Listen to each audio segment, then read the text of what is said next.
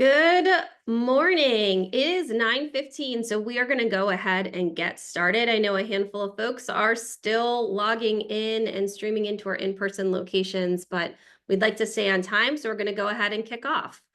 Thank you for joining the Virginia Conservation Network's General Assembly Preview. My name is Mary Rafferty, and I am the Executive Director of Virginia Conservation Network, and I'm also your MC for the morning. Thank you so much for joining us.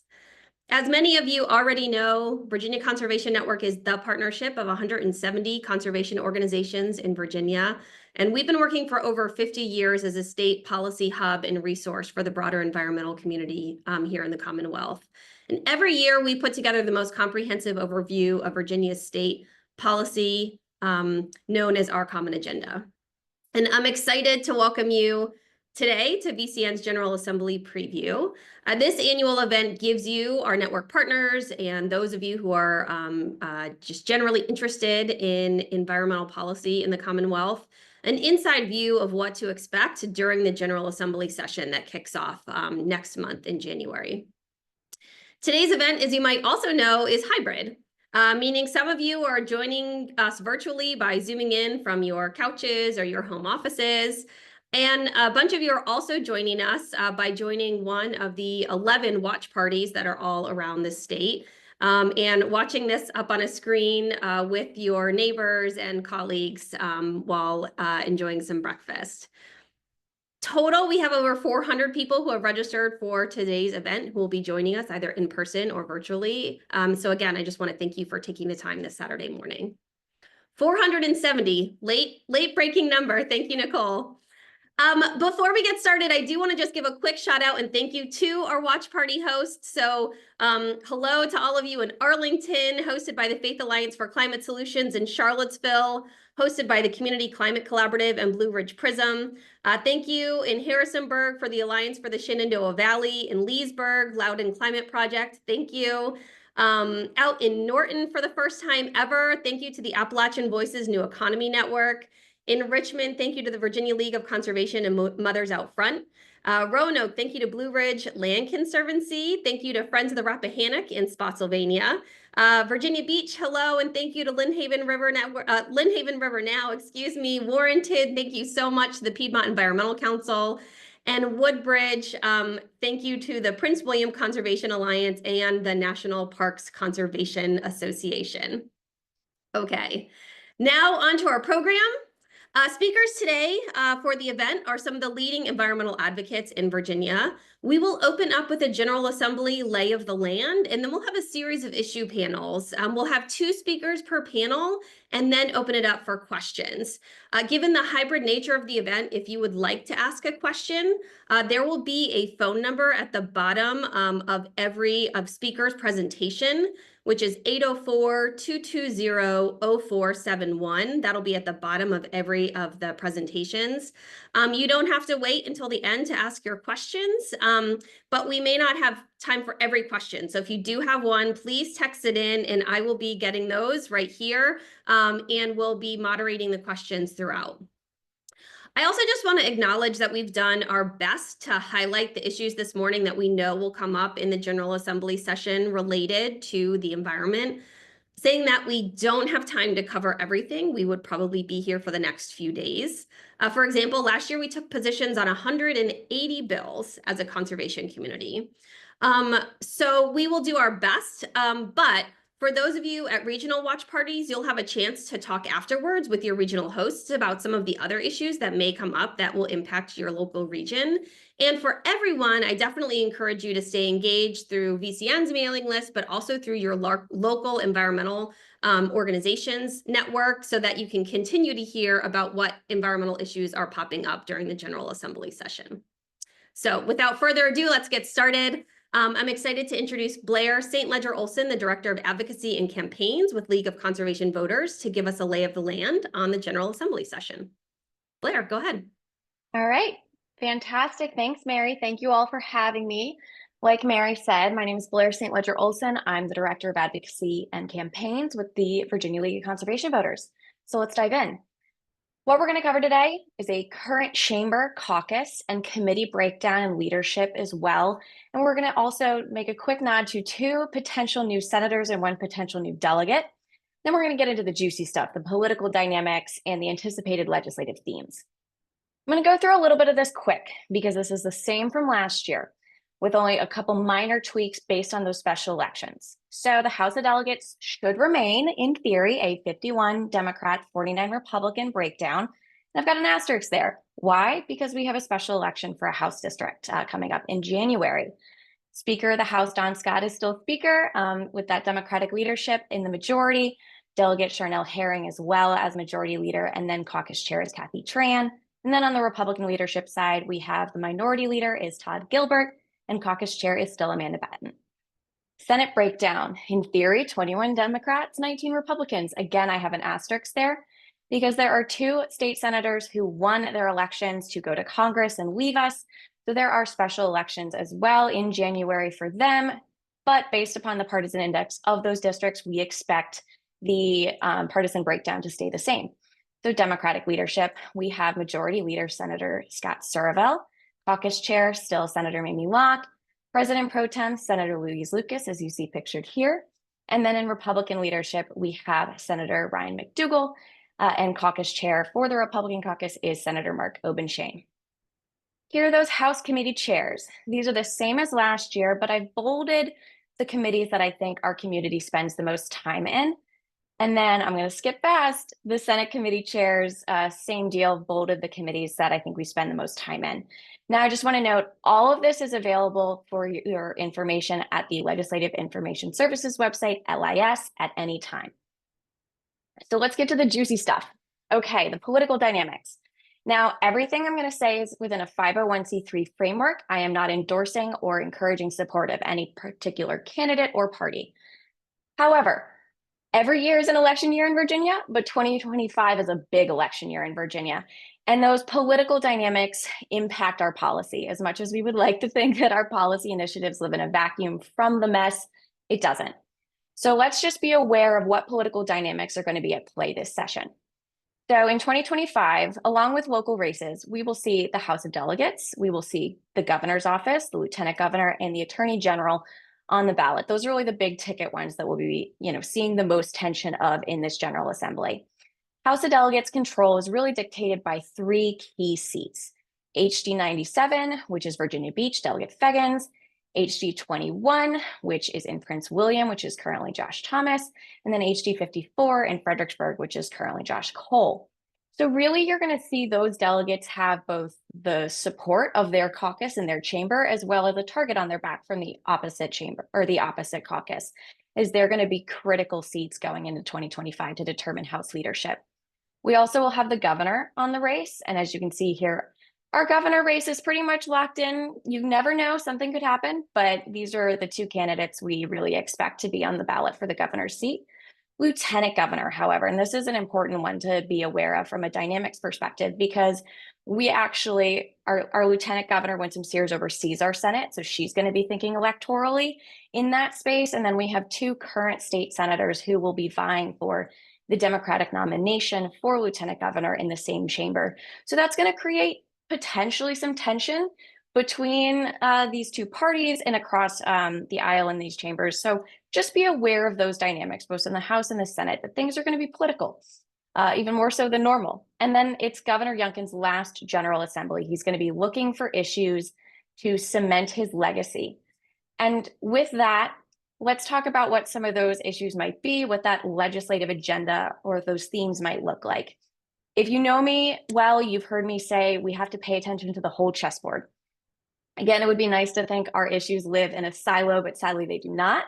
There's a lot of spicy items that are going to be debated this legislative session that can impact or suck up the capacity for our issues. So this is my best guess on what I think those legislative themes are going to be, but they're an educated guess. I'll give myself a smidgen of credit there. This will be Governor Youngkin's last budget that he is overseeing the implementation of.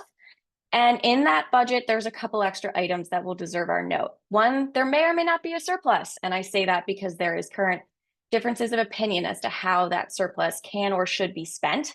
In part, the arguments for not spending that surplus is based upon money committee staff paying close attention to federal staffing implications. The income tax is a massive component of our general fund, and a massive component of that is made up with both federal employees and federal contractors in the DC area. And then this lovely thing called VEMSDEP, which is a veteran and military spouse support program that had inflated costs. If you were paying attention to the General Assembly over the summer, it created a lot of drama and strife between both inter-caucus drama and then between the House and the Senate. So be paying attention.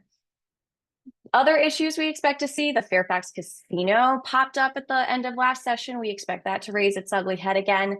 Data centers, which we all know and love and are looking forward to a presentation on later today. Solar siting as well. I'm looking forward to those presentations, Vic and Jay. And then ballot initiatives. And this is going to be a new one for us to talk about, but I just wanted to flag for folks that there will be 3 main ballot initiatives because it's an election year. And those are related to reproductive rights access, marriage equality. And then the one I wanted to particularly flag for this community is the Restoration of Rights Democracy Initiative. So the way ballot initiatives in Virginia work is you have to be passed, there has to be an election, you have to be passed again, and then that ballot initiative gets on the ballot.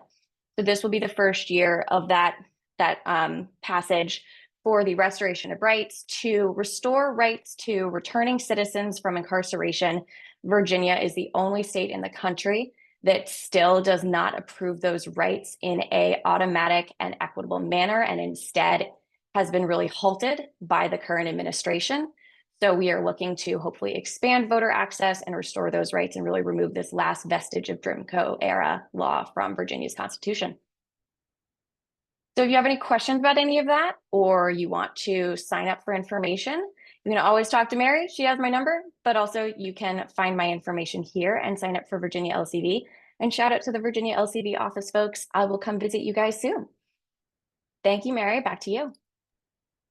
Awesome. Thank you so much, Blair. Really appreciate it. That is our lay of the land, which I think will help as we go through all of our issue area presentations here in just a moment. Our first issue area presentation is on reforming our transportation infrastructure. So I'm excited to invite both Victoria Higgins from the Chesapeake Climate Action Network and Trip Pollard from the Southern Environmental Law Center. As I noted, each of them will give a 5-minute presentation on their perspectives on what to expect, and then we will do Q&A. You did see the phone number there at the bottom of the PowerPoint, so please, if you have any questions, feel free to text those to that number, and I will field them after Victoria and Trip's presentation. So Victoria, I believe we're starting with you, so go ahead. Awesome. All right, let me get my slides going.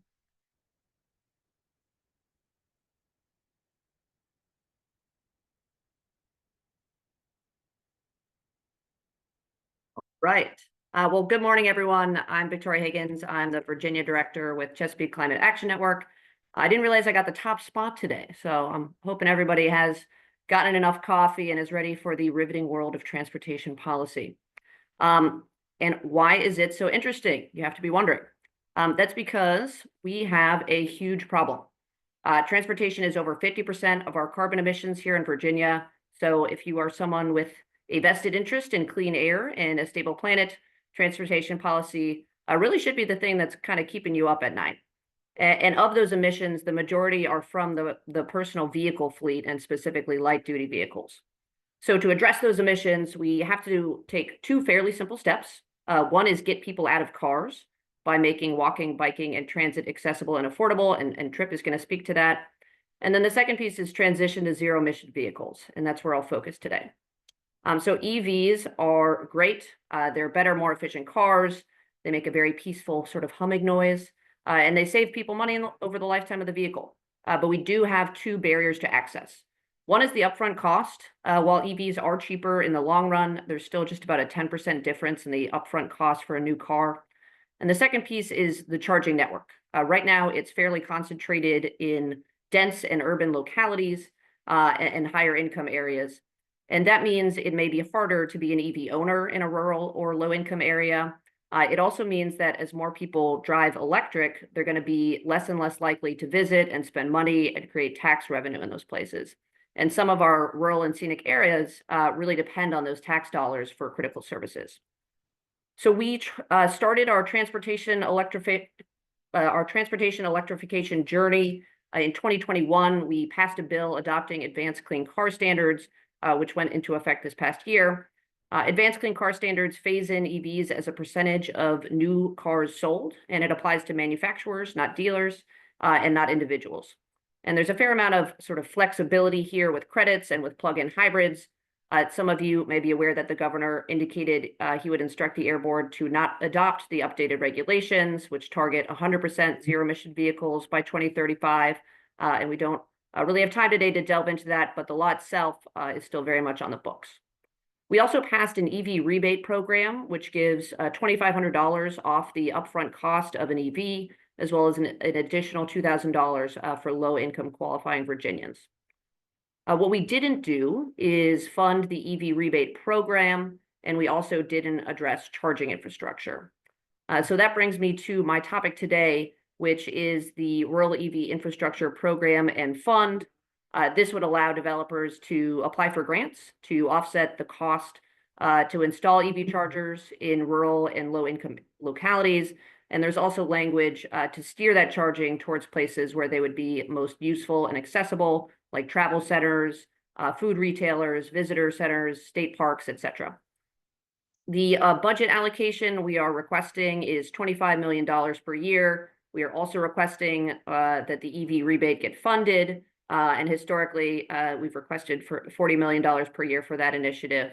An EV rebate program is a very common tool to incentivize EV uptake, even in states that don't have clean car standards, often have EV rebate programs, but especially in those states.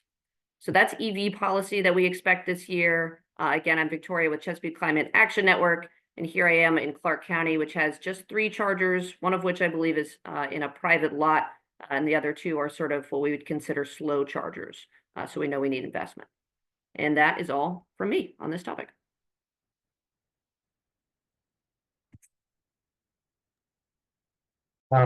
Thanks, Victoria, and I will try to get my slides going here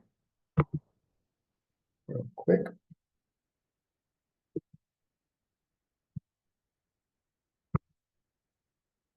Okay, so I'm Trip Hollard with Southern Environmental Law Center. I head our transportation land use work throughout Virginia and the 6-state region where we work. I'm based in Richmond.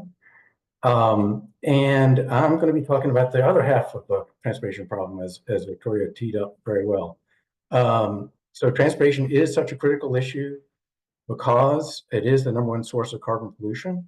It's also a leading source of other air pollutants and water pollution, as well as spurring sprawling development that's chewing up our open space and destroying carbon sinks throughout Virginia. Yet most of the billions of dollars we spend every year on transportation still goes to roads. This asphalt-centered approach just digs the hole deeper environmentally, increasing emissions, and also it does not provide equal access to all. So in the coming session, picking up on something Blair mentioned, budget is likely to be the big focus for a lot of transportation issues. And since I have less than 5 minutes to go here, I'm going to just focus on the funding. Because with a divided government, governor's last year, short session, and depending on who characterized it as surplus, this is where a lot of the things affecting alternatives to driving are likely to occur this session. The governor's budget isn't out until the 18th of December. Proposed budget amendments aren't out yet. But the big picture is, while we've made some significant progress in recent years towards cleaner transportation, we are likely to have to play some defense this session on funding. In recent years, we've seen a number of efforts to divert some rail and transit funding, sometimes directly, sometimes more indirectly, and we are likely to see those and have to oppose those once again this coming session. And new challenges loom as well, such as the approaching budget shortfalls that many of our transit systems face throughout Virginia. As some of you may know, last session, VCN supported additional funding for the metro system in Northern Virginia and DC, and we were part of a coalition that did succeed in making some progress on that. The metro long-term needs have not been addressed, though, and now similar issues are starting to reach other transit systems.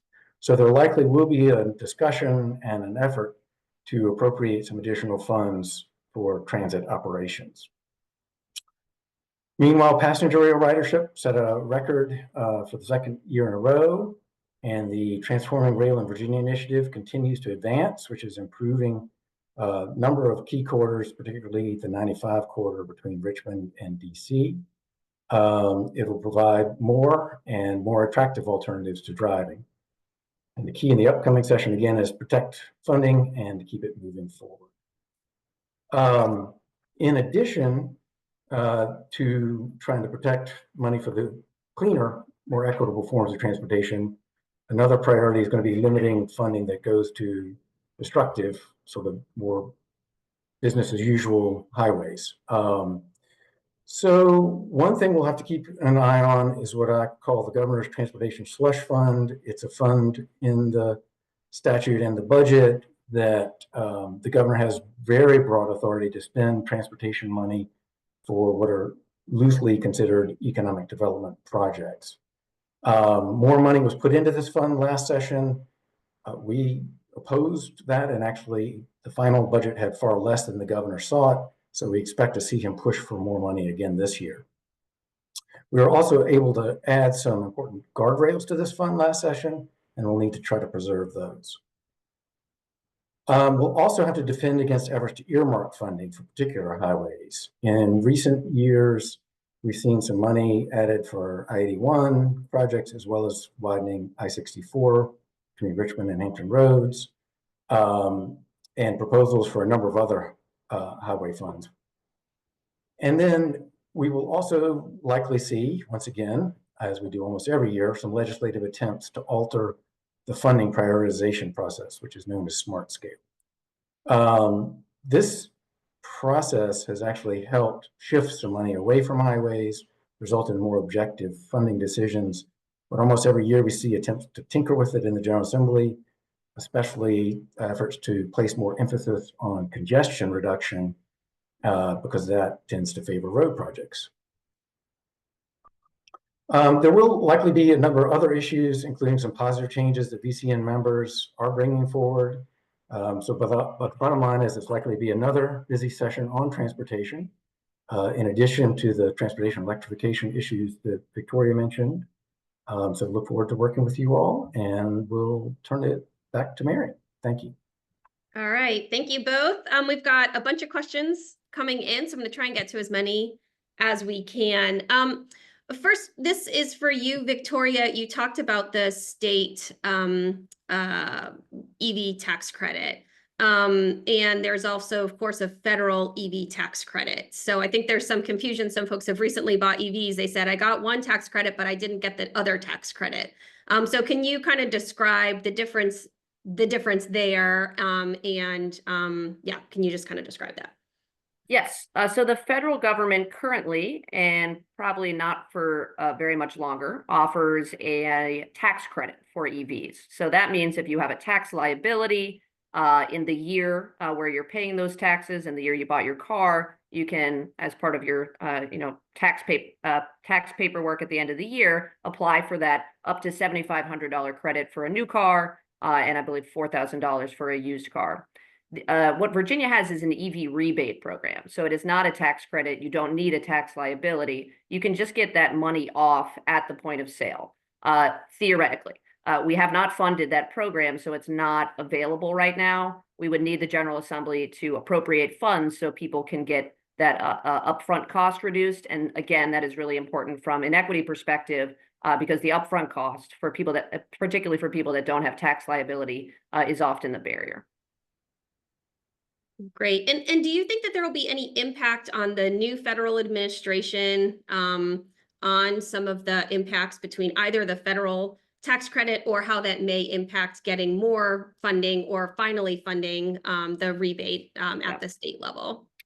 Yeah, so the federal tax credit, again, hard to know exactly what will happen at the federal level, but with some confidence, I would project that that's something that they are going to remove over the next 4 years.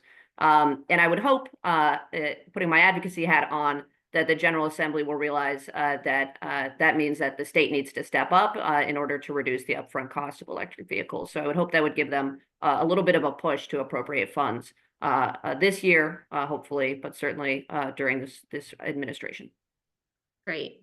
And Victoria, this might be one more question for you, or Trip, you may actually know the answer better. And then I do have a question for you as well, Trip. But last year there was, I think, a little bit of a push, but it died early for tax credits or rebates for e-bikes, for electric bicycles. Is that going to be something that we see this year as well? And Victoria, I don't know if you know the answer to that, or Trip might know the answer. I think on bikes, I'm going to pass it over. No hard questions for me, please. I'm not for sure whether it'll be introduced again this session, but I think it will be. And last session it did pretty quickly. I think the General Assembly really isn't very familiar with e-bikes at all. They've had a hard enough time wrapping their head around rebates for EVs, and they get cars. So I think it's going to take some education, but e-bikes are, also a great way to slash pollution from vehicle use, and they're much more affordable, so they're much more equitable than funding for EVs. So hopefully we can build some momentum for e-bike rebates. Don't think it'll get through this session, but there are a number of things like that I think is important to start seeding, since, as was mentioned at the top, we're going to have a gubernatorial election in November and a new administration. So I think some things that'll be important to tee up this year, even if they don't get through. And then, Mary, I just want to make one point of clarification. I got a helpful text from someone. At the start of this year, they did transfer the federal tax credit to be point of sale. Nonetheless, again, expect that tax credit to likely disappear. Great. Thanks so much. Trip, before we have kind of some more specific bills, what are ways for people who really kind of care about getting more funding towards rail and transit, et cetera, can folks do? How should folks be talking to their lawmakers now about these, even though there's kind of not specific bill numbers or specific bills that are moving forward? Oh, I think it's critical to be talking to lawmakers now. And I think it's critical to move. I mean, the bottom line is alternatives to driving are cleaner and more equitable. And I think we really need to just keep hammering that with legislators and get them to understand we've got record ridership, passenger rail, people want it. We've got transit. Almost every system in Virginia has now bounced back to pre-pandemic levels of ridership. Again, people want it. It's cleaner. It's more equitable. You need to fund it. And I think that's just got to be the message. Awesome. Thanks, Trip. And then one more question, Trip, for you. Just a thanks from this person, but also thanks from me of all the work that you've done to protect smart scale over the years that you just talked about. I guess what other kind of changes would we think we'd be kind of advocating for in the smart scale space to make that even more of an effective program? Is that something that you expect to see this year? And if you do, what would that look like? Yes, so most of the bills that are introduced typically would take smart scale in the wrong direction. Sometimes some are pretty well intentioned. We have not supported those, however, and have tried to work with legislators who put them forward, because even though well-intentioned, I really am nervous about opening up smart scale to the General Assembly to tinker with. So our position has consistently been, let's leave smart scale statute as it is and work to improve it administratively. Now, this administration, some of you may know, they had a year-long review of smart scale. We and a number of other groups in VCN pushed back on some of the things they tried to do. It took it in the wrong direction, not nearly as bad as initially proposed. So we fought off a lot of bad ideas. And again, this is one where I think, we look somewhat to the next administration to hopefully improve and tweak the system. But overall, it's still a pretty good system that tends to encourage funding for alternatives to driving. And the money that is spent on roads tends to go to more things that improve safety and function of existing roads rather than building new ones. So smart scale's been a huge help over the years to us. And but I really don't want the General Assembly to open it up, because I'm afraid we're more likely to lose ground than gain ground if that happens. Awesome. Thank you so much, Trip. We have more questions coming in, but unfortunately, that is all the time we have. Thank you so much to Victoria and Trip for giving us a rundown on what to expect in the transportation space during this General Assembly session. Thanks so much to both of you. We are going to move on to our next session on rising energy demand and local clean energy solutions. Before we do, I just want to make a note. Some folks have asked whether or not this will be recorded. It is being recorded, and everyone who has registered will get the full link in order to watch it. So if you are wondering that, it will be recorded, and you will be getting it over the next couple of days. So thanks for the question. We're going to start on a presentation on data centers by Julie Bolthouse of the Piedmont Environmental Council. And then following Julie will be Josephus Almond, who will be talking to us about distributed energy resources or distributed solar. And Josephus is with the Southern Environmental Law Center. So Julie, I'm going to pass it to you. Thank you so much. So I'm Julie Bolthouse. I'm with Piedmont Environmental Council, but I want to emphasize that there's a lot of groups working on this issue, and there's actually a coalition, the Virginia Data Center Reform Coalition, made up of 40 plus organizations and communities, a couple of which I think are hosting watch parties right now. So hello to you guys. But I'm going to go ahead and just go into what the problem we see in front of us is, and then a little bit about last year and what we're expecting into the 2025 General Assembly. So we're calling this a crisis by contract. And the reason we're calling it this is because, as you can see on the graph there, we've got skyrocketing energy demand that is primarily driven by data centers. And when I say primarily, I mean like 90% of the energy load growth is from data centers. And that doubling of our peak demand is based on, or it's justified by contracts that the utility has signed with customers, data center customers. And this skyrocketing demand isn't just going to impact, our energy generation and, our climate and our resources that go into that energy generation. It's also going to be impacting our pocketbook. The Dominion IRP is showing a doubling of the electric bills as well. So this is going to have very wide-reaching implications. And those energy projects that we're seeing in the IRP are most likely going to be justified by these contracts, 21 gigawatts worth of contracts, which is basically a doubling of our current peak load, which is about at 23 gigawatts. And you've seen that already with the Chesterfield gas plant, with transmission lines that are going out to West Virginia, and the delayed retirement of Brandon Shores in Maryland, Harrison coal facility, and Fort Martin coal facility in West Virginia.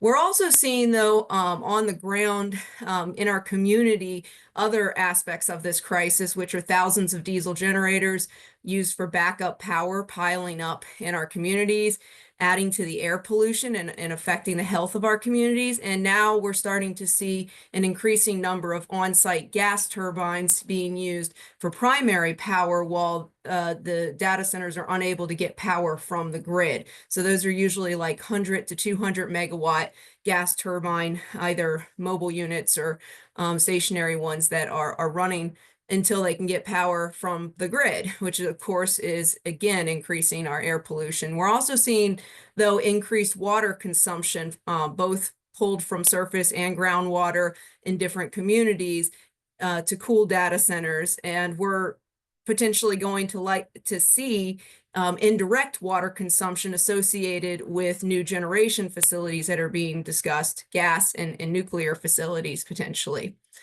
And then finally, of course, the degradation of our natural and cultural resources. This market is moving so fast that we're seeing a lot of violations, a lot of water quality and environmental violations, but also destruction of our cemeteries and our cultural resources, and a lot of development that is in very close proximity to the parks that we've worked in, our trails that we've worked to protect. And again, remember, those generators surrounding our trails with these facilities has huge implications on the air quality to those who are enjoying those recreational facilities. So last year, we had 16 bills that were directly tied to data centers. There were a few that were indirectly tied, but there were 16. Unfortunately, they were all deferred or failed because most of the legislators were saying we need to wait to see what comes out of the JLARC study, which is going to be coming out on Monday. We had 2 energy efficiency bills, 7 ones that were related to siting, water usage, or noise.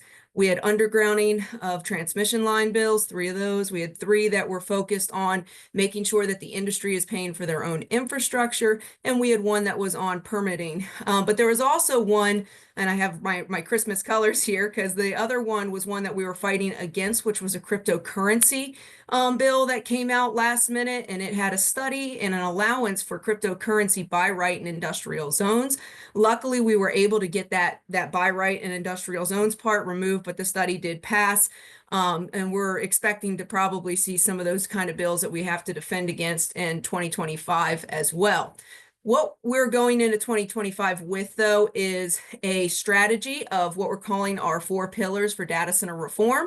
First, we're looking for enhanced transparency, making sure that proposed data centers have some disclosure around energy usage, water consumption, and emissions up front, and that citizens can see what those impacts are before approving data centers. And then also reporting on operating data centers, making sure we have information about those things. And then state oversight, making sure we have additional review at the state level of these regional implications, ratepayer protections, making sure that all the infrastructure is paid for by the industry if it's necessitated by them. And then finally, incentivizing sustainability and making sure that the only projects that are getting the sales tax in use exemption are those that are demonstrating the most sustainable use or projects. So again, this is my contact information. Thank you so much for letting me speak to you about this.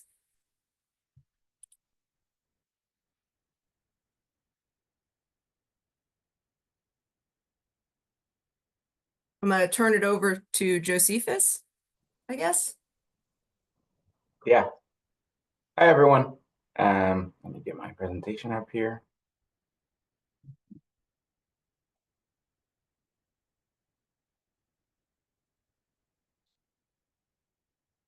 All right, so I'm happy to talk about distributed solar today, and also touch on a little bit distributed energy resources more broadly. My name is Josephus Almond. I'm a staff attorney at the Southern Environmental Law Center based here in our Charlottesville office, and I've been here since 2020. So the issue right now with our clean energy laws is that distributed solar doesn't have a large enough role. It doesn't have a large enough carve out in the Clean Economy Act.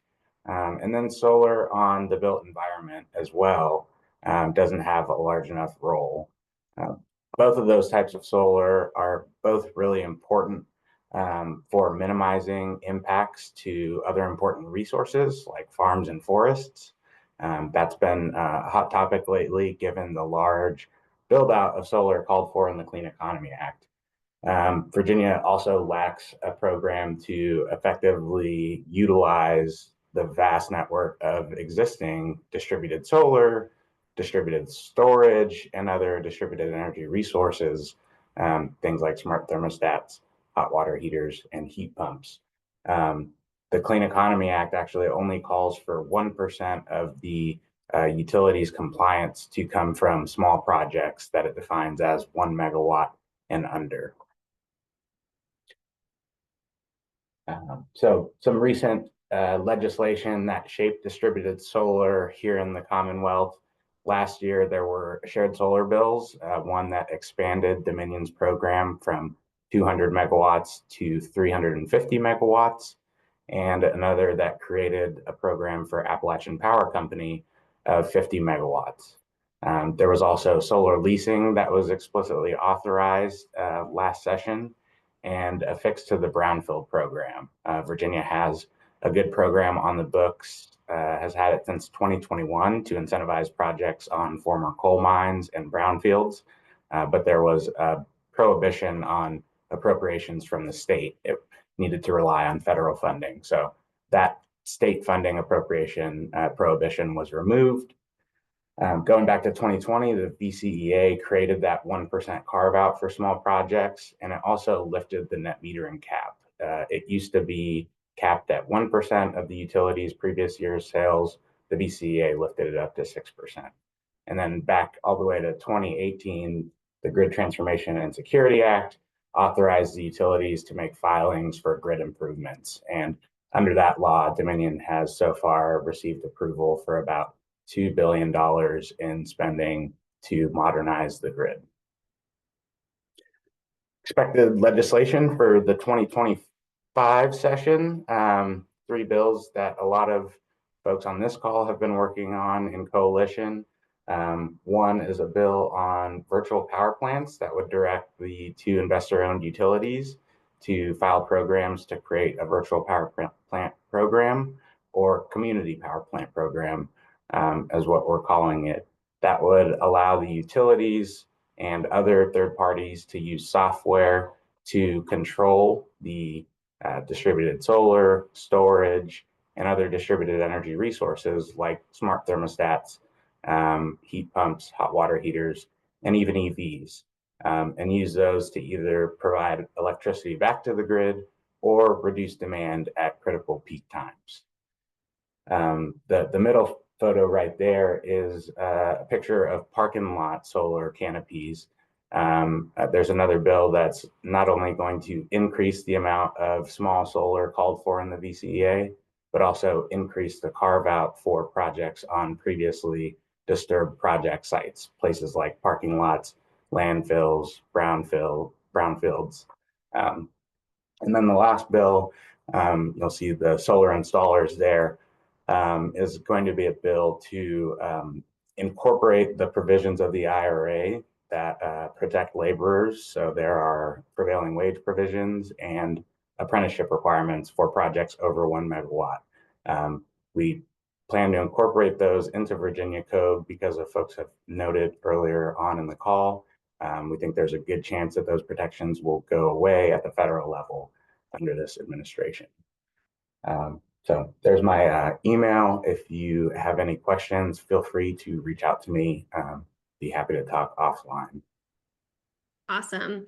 Thank you, Josephus and Julie. We do have a couple of minutes here for questions, so I'm going to open that up, and they've been coming in very quick. So first, overall, we kind of started the morning talking about electric vehicles. We are now talking about data centers, and Julie, you definitely talked about the load growth on the grid. Josephus, I actually think this might be a question for you, but can you kind of talk about why are we talking so much about kind of the load growth and demands from data centers on the grid, and what type of similar impact might electric vehicles have? What's kind of the difference between the load growth we're talking about here, kind of data centers versus electric vehicles? I think you might know the answer to this question from the IRP, so hoping that I'm not putting you too much on the spot.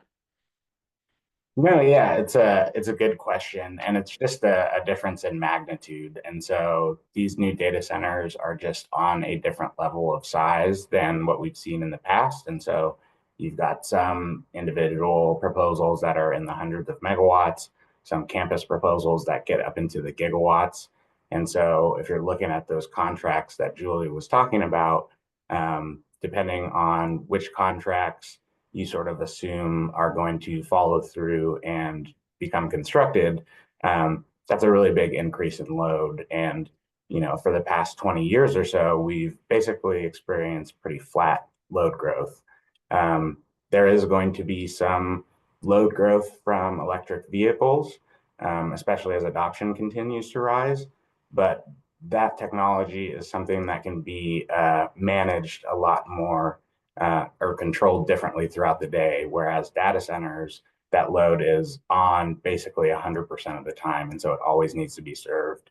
You can incentivize charging at off-peak times with EVs and do other things to sort of reduce that impact. Yeah, thank you, Josephus. The next question is, why not simply have the industry pay for their own energy infrastructure and energy uses? What is the rationale for them passing on all of these costs to customers? Why is that happening? Julie, I don't know if this is a question for you or Josephus. I know might be able to also answer it, but Julie? Yeah, my understanding is that that's just the way the system was set up and has been set up, because most load users don't necessitate transmission lines and the level of power that we're talking about. So the infrastructure that's being demanded by the data center industry is including transmission lines direct to load and their own individual substations, but also, expedited build out of power generation that no other industry has ever demanded. So it's basically it's unprecedented, and I don't think our system was set up to handle that. And Josephus, I don't know if you want to add anything to that, but Yeah, I'll just say that the SEC is actually looking into it, and on the 16th they'll be holding a technical conference about data centers as large load customers, what issues they're presenting, and possible solutions. So I think that'll be a sort of good step on the regulatory side to start digging into that issue. yeah, and I guess I should also just add, though, that the way that the system works is that the cost for any type of infrastructure transmission level and up is considered a part of like the grid that serves everybody. And so it's dispersed across all the ratepayers. And that's why I'm saying all these costs are falling onto the ratepayers as a whole. Mm-hmm. Josephus, kind of tying your presentation back to the data centers presentation, why not just put solar on the top of all of these data centers? And are the type of distributed energy resources that you're talking about enough to kind of manage the load that we're talking about here? Yeah, it's a good question, and one that I often hear. I go back to sort of the size of these newer data centers that I mentioned. And so when you've got over 100 megawatts, several hundred megawatts, even gigawatts at certain campuses, even if you max out the rooftop solar there, you're only talking about a small fraction of the energy needs for that facility. And so then you start thinking about battery backup. And again, given the size of those facilities, the cost to sort of entirely back up a facility with batteries starts to get really high. You can do some things to incentivize more efficient use of power, maybe have some level of storage on site that could participate in certain demand response programs to sort of eat around the edges of that energy use. But they are really such big power users that those solutions won't be enough to get the whole job done. Awesome.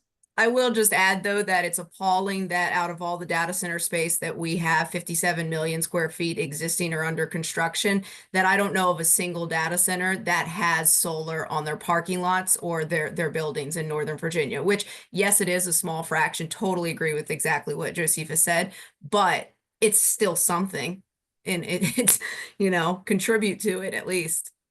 Yeah, let's use it if we've got it. Thanks, Julie and Josephus.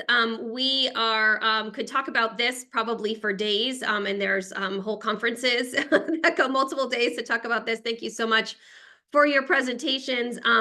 Julie, one person did ask how they can get more involved in the Data Center Coalition. I assume that somebody could just reach out to you directly if they wanted to get more involved. Yep, absolutely. Use that contact information on my slide. Yep. Okay, awesome. And we'll send that back around to everybody afterwards as well. All right, our next presentation, and some people's questions started to get to this, is okay, we're now talking about increasing energy demand. We are talking about needing to meet our clean energy demands with clean energy. And one of those tensions, and then of course, how do we start to cite all of this clean energy, and how do we do so in a way that protects our natural resources? We have a special hot topic panel. That's our middle panel here. And I'm inviting back Victoria and also inviting Jay Ford from the Chesapeake for Chesapeake Bay Foundation to talk to us about some of the work that the Virginia Conservation Network and the broader environmental community has been doing to balance the need to meet our clean energy demands and protect our natural resources. So Victoria, I think I'm passing it over to you first. Thanks, Mary. I'm going to go ahead and share my screen. Maybe I'll just do this window this time. Oh, that's not the right button. All right. So solar siting reform, finally something simple and easy for us to discuss today. There's been a fair amount of coverage in the news recently on this topic, so we wanted to give you an update on why this is such a hot topic and what proposals and processes are on the table right now.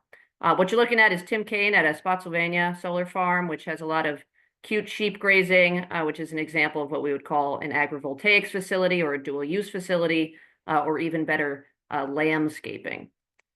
So some context on why solar siting is such a focus for so many stakeholders. One, we just need a lot of clean energy to get to a zero emission electric sector in order to then electrify the rest of the economy.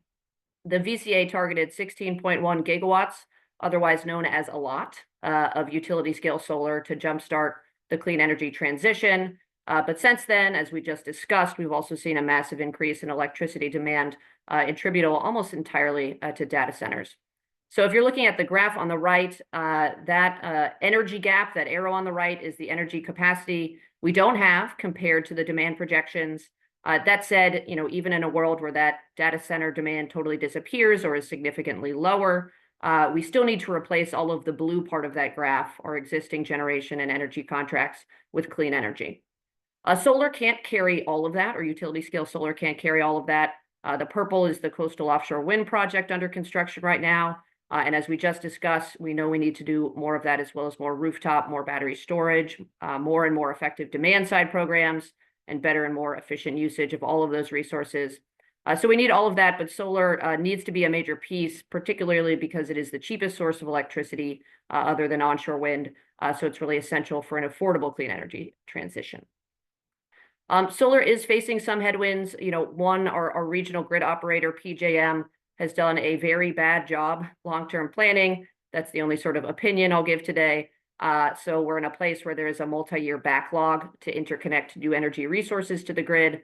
Some are projects that have, all of their permits and approvals. We are also seeing a rapidly escalating rate of project denials. That's the graph on the right, data from the Weldon Cooper Center at UVA. The blue is approvals and the orange is denials, and you can see that they are on track to meet and moving at a rate where, if trends continue, denials are going to dwarf approvals. We've also seen numerous localities adopt or change their solar ordinances recently, which determines what sort of projects can apply for permits and what those projects can look like. Some of those ordinances are actually very helpful, giving developers clarity over what might actually get approved at the local level. And then there are less helpful ordinances, some that involve just sort of convoluted requirements that make project applications difficult, as well as ordinances that amount to bans or de facto bans. We've also seen that our localities have been overwhelmed by project applications.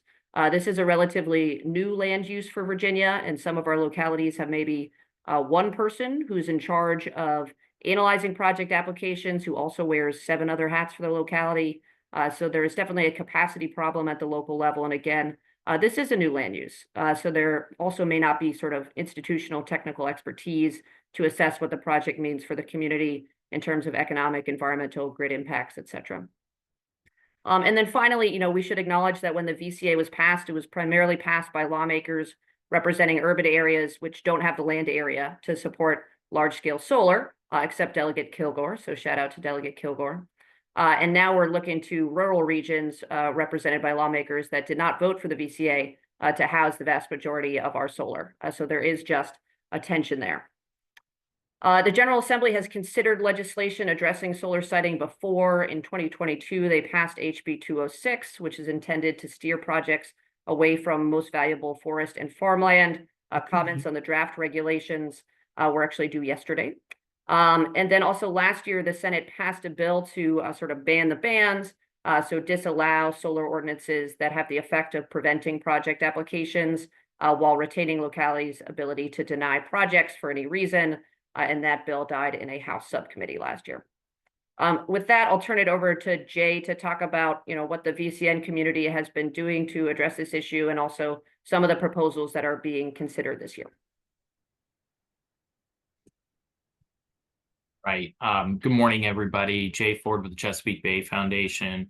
And this year, I really want to start by thanking VCN because, as Vic already alluded to, we have been having these detailed conversations all around the state around how we can best manage the concerns from rural governments around land use and long-term planning for what their communities are going to look like, with the need for us to accelerate deployment of solar in order to decarbonize our economy as quickly as possible.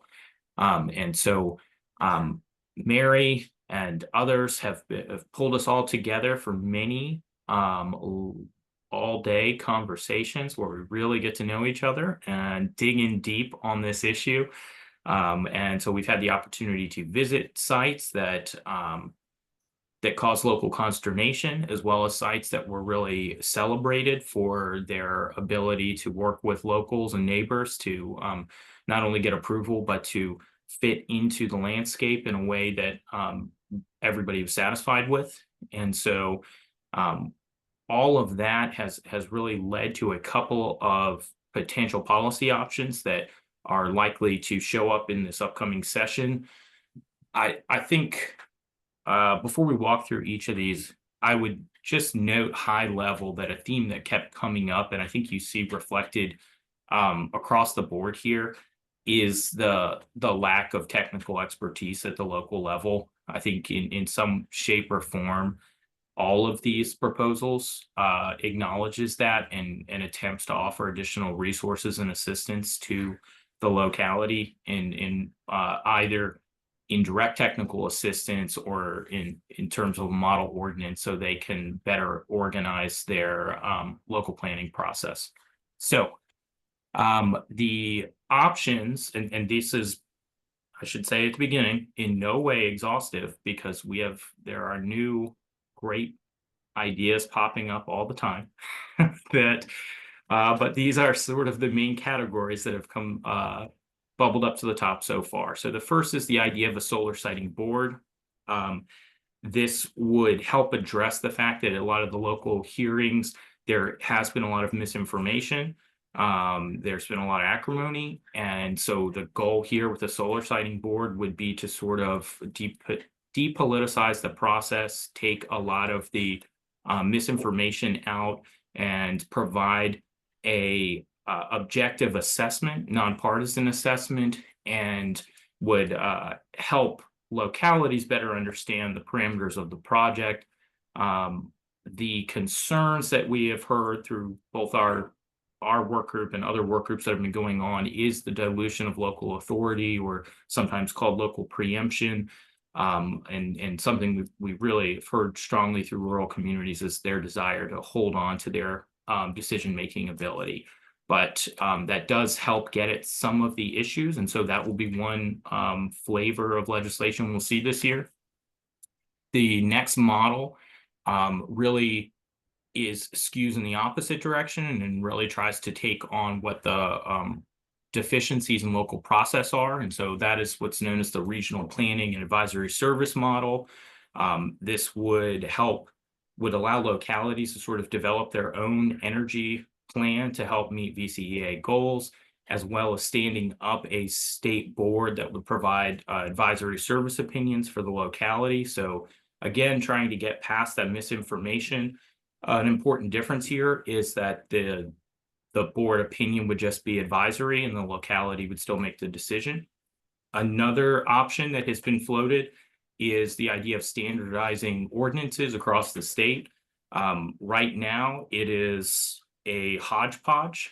You can go from Accomack, where I'm sitting right now, all the way out to Abingdon and find 30 different flavors of solar ordinance, depending on what they may have keyed in on as important to them. And it makes it really difficult for industry to know how to develop a uniform approach to getting these projects on the ground.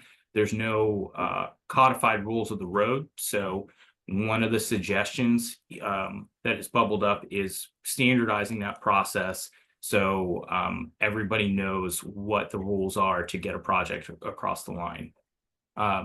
And then a recent addition to the pantheon of proposals is the sewer, or the Commission on Electric Utility Regulation hybrid approach. And I should note, this is in process still and continuing to evolve, but the great staff at sewer have been really trying to take pieces from all of these proposals and cobble them together into the great compromise that will leave everybody unhappy, which usually means it's heading in the right direction.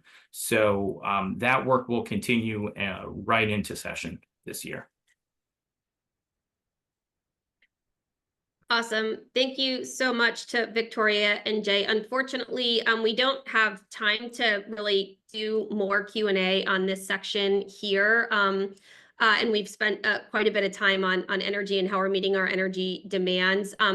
There was one question about whether or not these kind of proposals are what we expect in legislation, and I just wanted to answer that question, which is yes, those are the proposals that we anticipate will likely turn into legislation, although I can't remember if it was Jay or Victoria who said it. These are just what some of the things we are hearing, and like anything, there can always be a brand new proposal that no one has ever heard of before that could come up as well. And there are a ton of really bright minds that are thinking about this and trying to come up with some big, bold solutions. So those are what we're hearing now, but more could come. I just want to thank Victoria and Jay for your presentations and for all the work that you've been doing this year to try and solve one of the more complicated issues that we're facing. So thank you both for your leadership on this issue.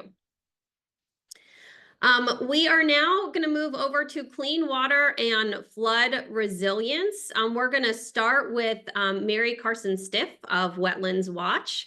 And then back to Jay Ford to talk about Carson is going to talk about resilience, and then Jay will be talking about clean water and wetlands. So Mary Carson, with that, I'm going to kick it over to you. Okay, great. Everybody sees my screen? Good. All right. So my name is Mary Carson-Stiff. I'm the executive director of Wetlands Watch. We're a nonprofit based in Norfolk, Virginia, but we work statewide on how to use nature to address climate impacts. So flooding, increased rainfall, et cetera. I'm going to talk about flood resilience, and there's a lot going on in this space, and I look forward to sharing it with you. Okay, so what's the problem that we're facing? I hope that this is not news to people, but certainly let's review. So climate change is occurring in Virginia, and it's occurring at rapid pace, unfortunately. And there are a number of reasons why this is the case, but just to highlight, in coastal Virginia, we do have the highest rate of relative sea level rise on the East Coast, which means relative means how high the water is rising in relationship to two factors: the actual water change, which is, of course, caused by expanding water, more water, melting, ice caps, et cetera, and land movement. And so in coastal Virginia, we are sinking, and that sinking is called subsidence, and it's increasing our sea level rise rate. So if you look at the graphic here on the right, that is the historic sea level rise rate. So this is not a projection right here. This is history. And unfortunately, our sea level rise projection rate is basically doubling in half the time, is the best way to think about it. So not a great situation. What does this look like on the ground in terms of impacts? We're going to talk about Norfolk, where things are certainly exacerbated because we filled in all of our wetlands and all of our creeks. And so we're living on top of our old water bodies. And those are the first places where the water is really trying to come back. So streets are flooded, et cetera. So we've had a very unusual year in 2024. We have had 19 days of consecutive flood events. And those flood events are really when the water is high enough that it's totally covering the streets and it's impassable. So 19 days of consecutive rerouting of big roads, and roads where the largest military base, Naval Station Norfolk, or people are trying to get to the base, and the Port of Virginia. And so the disruption here in Hampton Roads and in coastal Virginia is it's pretty dramatic in terms of distribution of services, getting to work, et cetera. So that's kind of what it looks like. And from a natural resource perspective, which is where our organization is really centered, this translates into massive natural resource losses. And so when the sea level is rising, our whole coastal area changes. And so we're seeing conversion of land to water as this occurs. And what this looks like in terms of wetlands is a pretty staggering statistic of 89% loss of tidal wetlands by 2080 due to drowning. Our wetlands cannot grow at pace with sea level rise, and so they end up just drowning in place unless there's an intervention available. And so we're thinking a lot about how land moves, how wetlands can move landward. And so if we don't do anything, we're looking at that 89% loss. Statewide, this is occurring. Our climate change impacts are also statewide, where we're seeing an increase of about 18% on average increase in rainfall intensity, duration, and frequency since 2006. And so this is what the curve looks like. Red is what we're planning for in terms of stormwater management standards, and blue is really where we actually are and where we need to be planning. So those are that's the impacts. So what are we expected in terms of legislation? So flood risk disclosure, people don't even know that they're buying properties in high risk areas. And so we've been working with Delegate Hernandez on a bill in last session, and this was kicked to the Housing Commission, and they've been studying it. The long and the short is that on December 17th, the Housing Commission is going to review it. This bill has been watered down by the realtors, and what we might end up with is really just super, super basic, but the disclosure of whether or not a property is in the high risk flood zone. That is all related to when your mortgage is triggered and all that kind of stuff. So it's an important bill to get through. We really need to have pre-disaster mitigation funding. If you're familiar with RGGI, which of course everybody is, 45% of each RGGI auction proceed went into the Community Flood Preparedness Fund to fund pre-disaster. This is important. So funding for projects before the flood hits. So we really need to fund this program. And right now, there was $100 million put in last year's budget 1 year, and the state's thinking about spreading it across 2 years, and that's really not acceptable. We need more money. The fund has been way oversubscribed, and we're going to be looking at introducing a budget amendment to kick that funding up. In addition, we're going to try to get tribes back into the eligibility bucket for the receipt of funds. This is critical. Our tribal communities are definitely on the front lines, just like our local governments, in dealing with climate change impacts. So we got to get them eligible again. This is a hot topic issue. The Army Corps of Engineers has the coastal storm risk management projects that are underway, with Norfolk most fully advanced in their efforts, with the Peninsula and Virginia Beach following soon. Essentially, the City of Norfolk project, to give you the example, is $2.6 billion in cost. The Army Corps requires a 35% match. At a 35% match, the city is looking at $931 million that they have to pay, and they of course don't have those resources, so they're asking the state for funds. As these future CSRM projects come up, there will be more and more requests for earmarks or rating of other funds. And so we really need to figure out how the state's going to process these requests for match. So we're looking at potentially a JLARC study, although the issue hasn't been socialized enough for them to maybe bite on that, or this gets kicked to the Office of Resilience, newly created in 2024 General Assembly. So we'll see where we go with that, but we really need to figure out, how do we process all these requests, because it's a lot of money. I'm going to kick it to Jay to talk about this next issue, but thinking about that 89% wetlands loss of tidal wetlands, we really got to figure out where these wetlands are going to go. We need to plan. We need an actionable strategy to create wetlands migration corridors so we don't lose these precious natural resources. That's all I got. Thanks so much.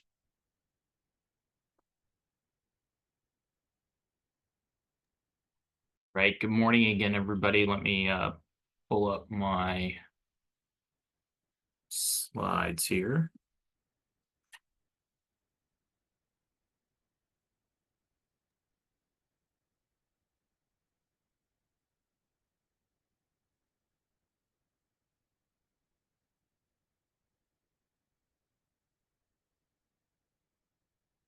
MC, we may need you to stop sharing. Ah, there we go. Thanks.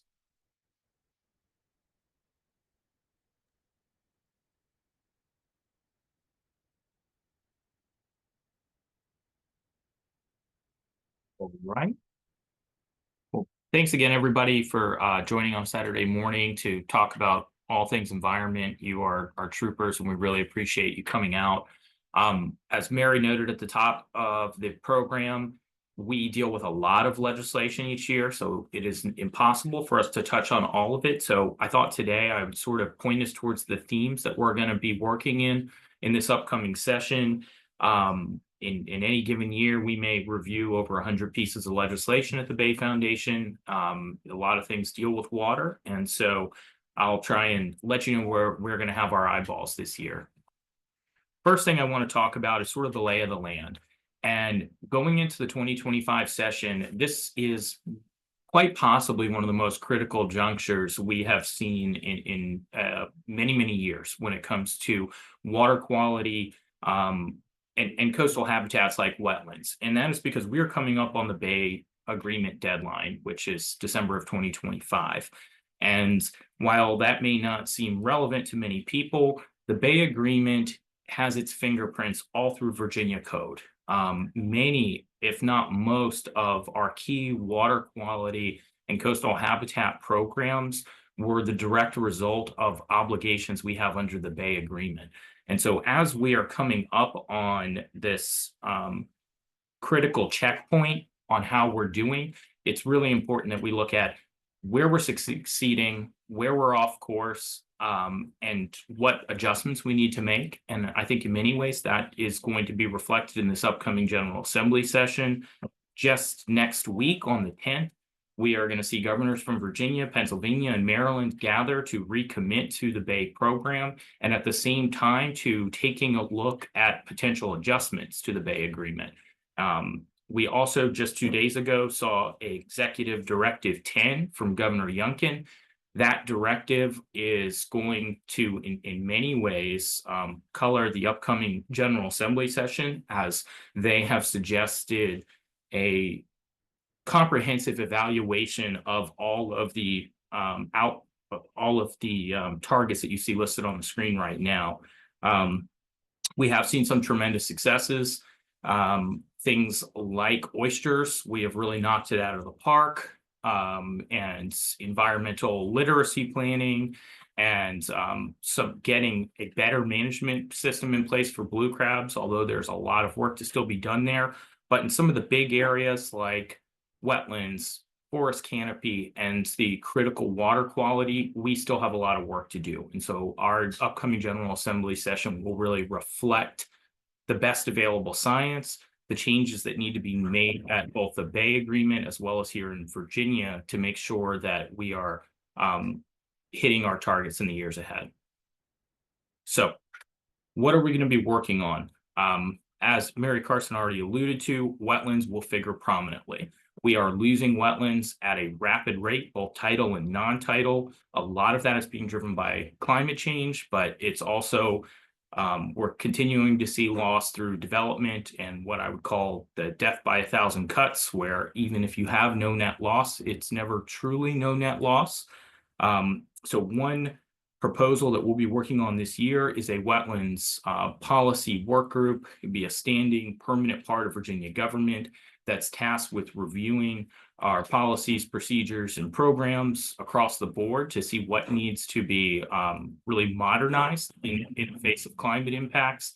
Additionally, to start the process of thinking through how we build a plan for wetlands to persist in the face of climate change. So how do we develop and protect migration corridors to make sure that these critical habitats can continue to persist in the future?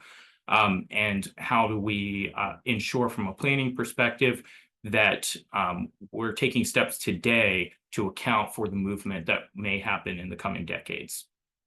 Additionally, we are looking to stand up a new fund for living shorelines that are large scale. This is an area that can be costly to private and public landowners, and we have got to accelerate the deployment of these shoreline protection practices, or we are going to lose that land, or we're going to see it hardened. In other areas, we're going to continue our focus on living resources. So this year we'll be pursuing a comprehensive oyster survey, as well as a number of fisheries measures. We are in year 2 of the budget. And so I think it's we've been really lucky in year one. We saw a lot of our big asks like agricultural best management practices and wastewater fully funded. So this year we're going to be turning to the Stormwater Local Assistance Fund and working to get $50 million in year two of the budget to start making an investment in that area, because the last couple of sessions it's really been left off the table. I think I did it. There we are. You did it. I did Thank it. you very much to both of you. Okay, lots of questions coming in, so I'm going to try and get to as many of them as I can. So a lot of the wetlands protections, Mary Carson, that you were talking about, I think as you were talking about, might have been construed as coastal. Of course, this is a statewide issue. And so I kind of want you to talk a little bit about kind of what the protections that you're talking about, how they may be impactful statewide. And then also specifically what interventions can ameliorate the drowning of wetlands, both that, but then kind of within the statewide context. Sure. And I think that, you know, people think of wetlands really as just being along waterways, and our Supreme Court's really done a bang up job of perpetuating that myth. But we really, you know, in Virginia, 60% of our non-tidal wetlands are actually located in our coastal zone. So everything east of 95. So our focus is, you know, in a lot of the policy space from a sea level rise standpoint is in that coastal zone. So east of 95. Now, that does not mean that wetlands protections do not extend, or our work to protect wetlands does not extend statewide. And so a lot of discussions around how we ensure that our non-tidal wetlands that are intermittent and not, you know, frequently inundated or obviously connected to a water body are protected through Virginia's, you know, Non-Tidal Wetlands Act. And so there's a big part of what the conservation community is doing to ensure that Virginia's wetlands protections are upheld and, you know, strengthened even under the threat of the Sackett versus EPA decision, which significantly weakened federal protection of wetlands that are not obviously connected to a large water body. So I hope that helps explain a little bit more. Yeah, and then Mary Carson, are there any considerations for funding to kind of reallocate communities and homeowners for losses due to funding or due to flooding? Like what's Yes. Yeah, that's a good question. And the earlier second part of your question about, you know, what are some options to help address this issue? So putting in living shorelines is a great way to create small fringe wetlands on property. And as waters rise with climate change, you know, having natural shorelines will allow for some of that natural transgression if the slope is favorable for, you know, the plants to move landward. So that's one option. And then when you do put in a living shoreline, or if you do have wetlands on your property, there are ways in which local government tax amelioration can occur. And so each local government is different, but if you are installing and creating wetlands through the use of a living shoreline, the newly created land that your wetlands are located in is eligible for tax, kind of the exclusion of property tax on your property. In addition, if you do have, you know, wetlands that are on your parcel, you can appeal to your city assessor and ask for a reduction in your income in your property tax. And so that's an option. And if anybody has questions about that, please feel free to reach out to Wetlands Watch. Awesome. Thanks, Mary Carson. Jay, a question for you. How effective are the current BMPs? Can they be improved? Will they, in their kind of existing form, kind of get us to where we need to be with the Bay? And I think that kind of leads into another question that I got, which is, asking for a little bit more information about how the Pay for Outcomes program is working at DEQ right now. Sure.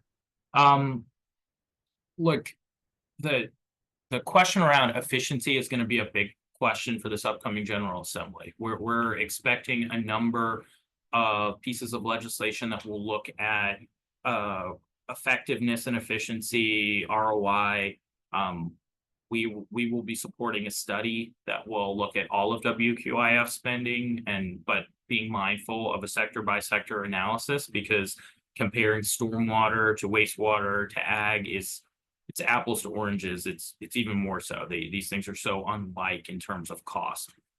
But that being said, the science has showed us that absolutely we could be more effectively deploying these dollars. There are more efficient practices.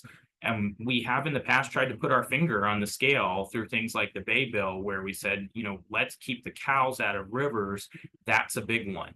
And, we have seen the increase in practices like that, but not at the rate we really needed to.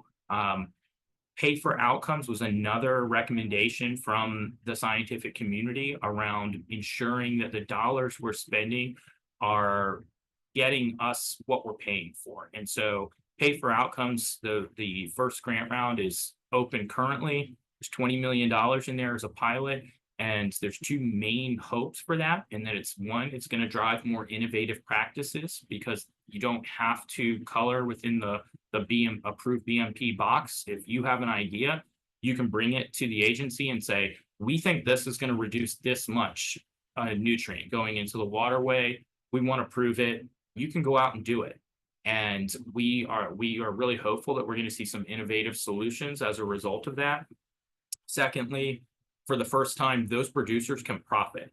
Right now, if you're a farmer, you put ag PMP on your land, you can just be reimbursed for the cost. But now, if you have a great idea to reduce nitrogen and give the state some assurance that we're going to be able to measure that reduction, you can make money off it.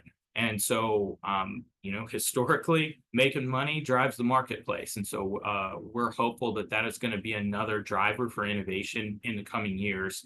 And so I would say big picture, stay tuned in how we deploy those WQIF dollars. It's going to be a major conversation in 25 and moving forward to make sure that we are getting the most bang for our buck year over year. Awesome. Thank you to Jay and Mary Carson. Another conversation we could have for hours. And I know Mary Carson probably does want to talk about wetlands for hours. So she really does mean it. If you want to talk about it more, please reach out to Wetlands Watch. And she would love nothing more than that. Thank you both for speaking this morning. We're going to move over to land and wildlife conservation. I'm excited to invite Ken Wright from Potomac Conservancy, and Chris Layan, who's representing Blue Ridge Prism. So Ken, I think you are up first for your presentation, and then we'll pass it on to Chris. Bird decides to hop over to the main screen. Hi, I'm Ken Wright with Potomac Conservancy, here to talk about dedicated funding. I also want to add that Potomac Conservancy is part of our Virginia Outdoors coalition advocating for a dedicated funding source for lands in Virginia.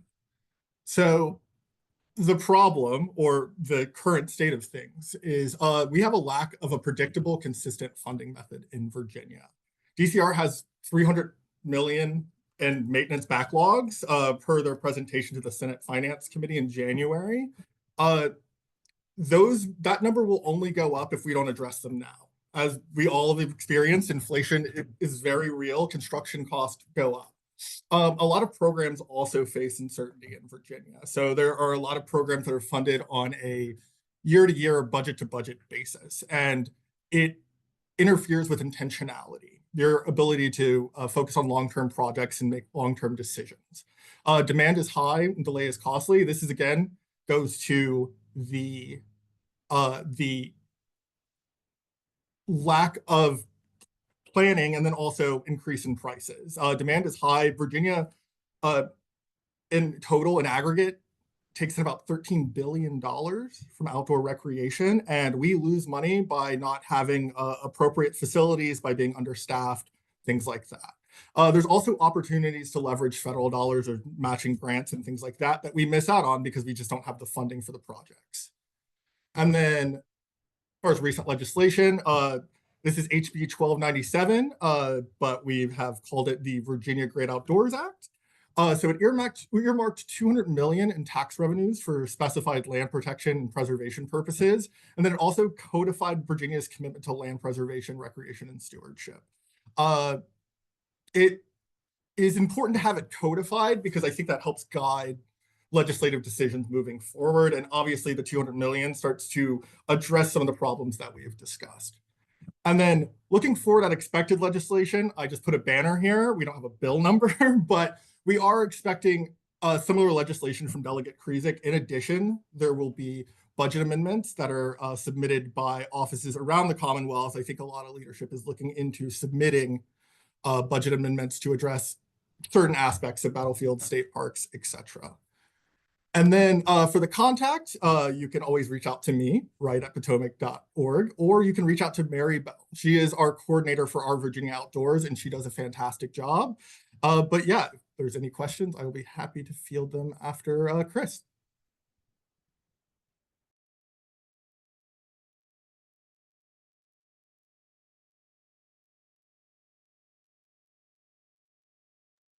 All right, my name is Chris Layen, representing Blue Ridge Prism. I'm going to talk a little bit about preventing the harms from invasive plants.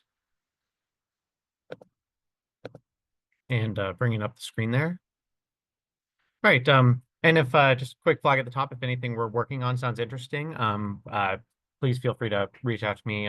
Contact info is going to be at the end here. If you want to share your skills in one of Virginia Invasive Plant Coalition's action groups, whether that's education, workforce development, local outreach, etc. You know, always looking for more folks to help us out.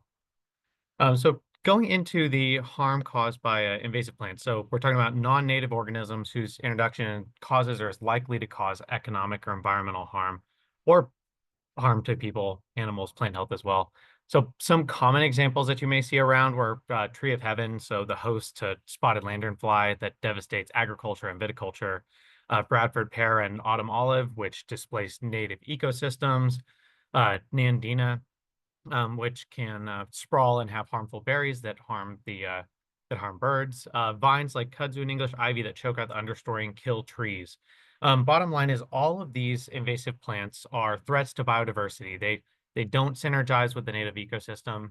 And unlike mature native oaks that support hundreds of species, these invasives may sustain just a handful. So even though something looks green, it may not be as green as it seems. So one good example of this environmental harm is that approximately 20 to 45% of native bees are entirely dependent on single native plant species or genus for nectar. So we're seeing pollinator decline that can be a result of some of these reduction in native plants.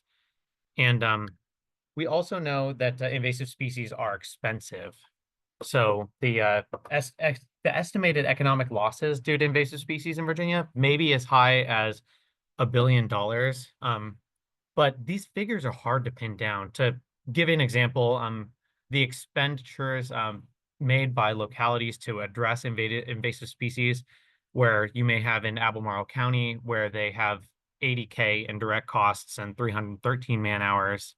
In other counties like Fairfax, the invasive management area program alone had 5,847 volunteers who were active. And so you can imagine the overhead that goes along with something like that. When costs are protracted beyond local governments to agencies, private landowners, HOAs, VDOT, utilities, other folks who have managed land, the costs are at an even greater scale. I think Ken really highlighted that with the $300 million state parks O&M backlog. It's really the cost of invasives are often not just what you are spending, but it's what you need to spend and can't afford to. So what are we doing to address that? Well, first, we need to tackle the major issue that 49 species of invasive plants out of 103 identified by the Department of Conservation and Recreation are are still sold in stores. So these are plants that have been identified and scientifically shown to pose a threat to Virginia's forests, native grasslands, wetlands, or waterways, but you can still purchase them in stores and nurseries. And oftentimes people are purchasing these plants without being aware that they're doing so. Want to note that the General Assembly is really waking up to and recognizing the harms that are caused by these invasive plants. We've seen recent policy action, including prohibiting state agencies from planting, selling, or propagating invasive plants, requiring tradespersons who are proposing or installing plants to provide written notification to property owners for these plants. We are also seeing localities are now permitted to permit the supervised use of herbicides by volunteers on public lands. Where we didn't see progress heading into last year was bans on specific species, such as the English ivy ban that was carried by Delegate Krizek last year. And we did see legislation that would provide invasive plant consumer education in the form of signs placed next to displays of invasive plants at the retail level, pass the General Assembly on a bipartisan margin, but fail due to a gubernatorial veto. On the funding side, we've seen $3.35 million dedicated to interagency collaboration. That's Department of Forestry, Conservation and Recreation, Wildlife Resources, and VDACs, folks who manage the lands and plants. We thought we were going to see last year $4.9 million in expenditures, and it was even reported in VPM that we'd received it. It was only in the 11th hour and 59th minute that funding was reduced. The problem was that funding cut support for DWR, and it also limited the amount that was going to go to Department of Conservation and Recreation. So we're going to be seeking to work to restore that. So going into 25, keep an eye out for that funding for DWR and DCR. It's going to be $775K for DWR, about $250K for natural heritage, and $450K for state parks. So sort of just filling in the gaps from that money that was allocated last year to make sure that we've got all the agencies who are supposed to be collaborating working together. We've got champions on this issue who have signed up to help support this funding. We're working with Senator Dave Marsden, the chair of the Economic and Development Natural Resources Sub in the Senate Finance and Appropriations Committee, as well as Delegate David Bulova, who is the chair of Commerce, Agriculture, and Natural Resources in the House. So some really solid help there. We're going to be seeing efforts to support research in terms of innovative invasive plant management applications using looking at research that would do proof of concept for how to use drones to do invasive species management in remote locations. So taking advantage of the push for innovation and using that to reduce the massive man hours that it takes to mitigate the impacts of invasives on large property. And then the other piece is to really, I mentioned that it's hard to put a real number on the impact of invasive plants. And that's one of the things that we need to overcome as we seek for funding to solve the problem. So we're going to be pushing for a study that's going to put a finger on where those costs are, exactly how much they are, and where is public support for management solutions in regards to these invasive plants. The final thing we'll be doing is considering legislation on invasive plant consumer education at retail locations. Again, working with Delegate Holly Siebold and Senator Saddam Salim, making some amendments to address the governor's veto, as well as reflect conversations that we've been having with industry, as well as with the governor's office over the summer and into the fall to hopefully have success with that legislation this year in 25. All right, with that, I'm happy to turn it over for questions. Awesome. Thank you, Chris, so much. Really appreciate that. I have been texting this morning with somebody who was really active in the HOA bill last year. And Chris, I don't think that this was something that specifically Blue Ridge Prism worked on, but or that they are necessarily leading the charge on. But Chris, I know you personally worked on the HOA bill last year, and I think that is coming up again this year. Do you mind just touching briefly on what I think you dubbed it the right to garden bill was, and if you know anything about if that's coming back this year. Sure. So at this time, I'm not sure whether it is going to come back for 2025, but I do know that so last year, the goal of this was essentially that HOAs would have prohibitive elements in their contract that would say, they'd say, Mary Rafferty, you have to have a perfectly 1-inch green grass lawn, and that wildlife pollinator garden that you've put in, those we don't want those types of plants here because they're not consistent with our housing covenant. So we said, that's not something that should fly. You should have the ability to make your neighborhood beautiful, resilient, and have flowers. So so there was a push for that. It's I don't know that that has had I don't know that that's going to be in 2025, but there is, like, I would say there could be legislation that deals with right now we've seen advancements in, like,